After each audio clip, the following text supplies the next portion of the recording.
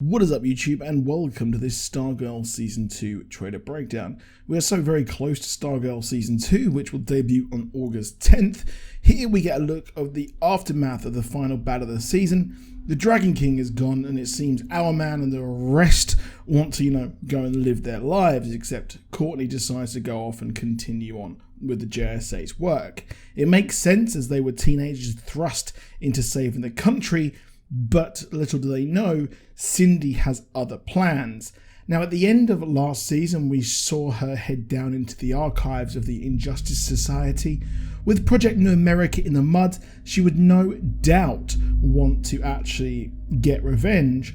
While she could have seen sense and turned good, we saw her head down and uncover the gem that has Eclipso in it. However, we don't see much of that, and I think that unlocking Eclipso's powers may be a season-long mystery. Perhaps she is going to go around and try and find out what anyone knows, as we saw her fighting someone else.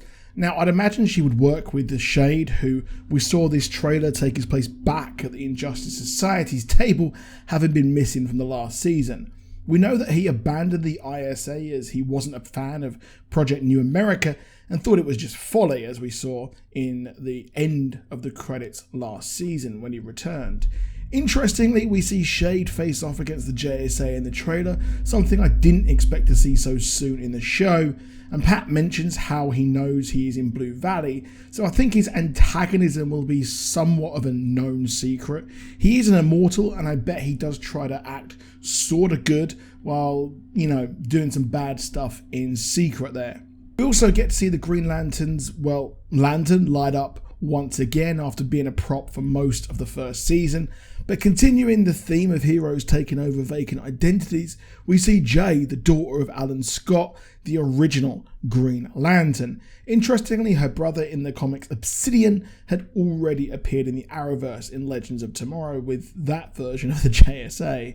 Yeah, it's weird. While she is mainly cosmic in the comics, I do imagine her story here is going to be somewhat similar to Courtney's, having wanted to find the truth about her parents. As in the comics, she was adopted, so I expect that she has tracked down the Lantern to Blue Valley here. And while she's fighting her, she will actually join Courtney there in the JSA, as they're going to need all the members they can get to fight the Shade and Eclipso. Along with her, we have Jakeem, as we see him briefly, who took over the pink pen that contains Thunderbolt. While Johnny Thunder was supposed to control it, he was the original JSA member, and we know what actually happened to them. In the comics, Johnny did lose control of the Thunderbolt and his mind. This led the actual genie Thunderbolt to be put in a pen and given to Jakeem by mistake. In the comics, this genie was kind of merged with Johnny to take over the world by some people called the Behesians. So I think they might do a similar thing here, and that might come into kind of parallel with Eclipso.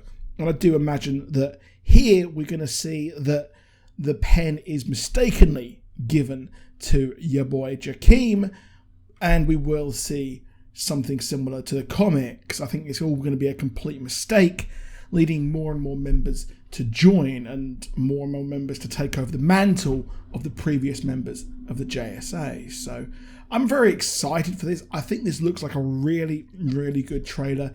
The production values are unreal for a CW show. We know that The Flash is not very good this season, but Superman and Lois has been flying the flag for the DC TV shows, and we should hopefully at some point hear about Titans. I would like to hear about that at some point. But that's it for this video, so please do drop a like down below. Please do subscribe with notifications on, and I'll see you soon, and goodbye.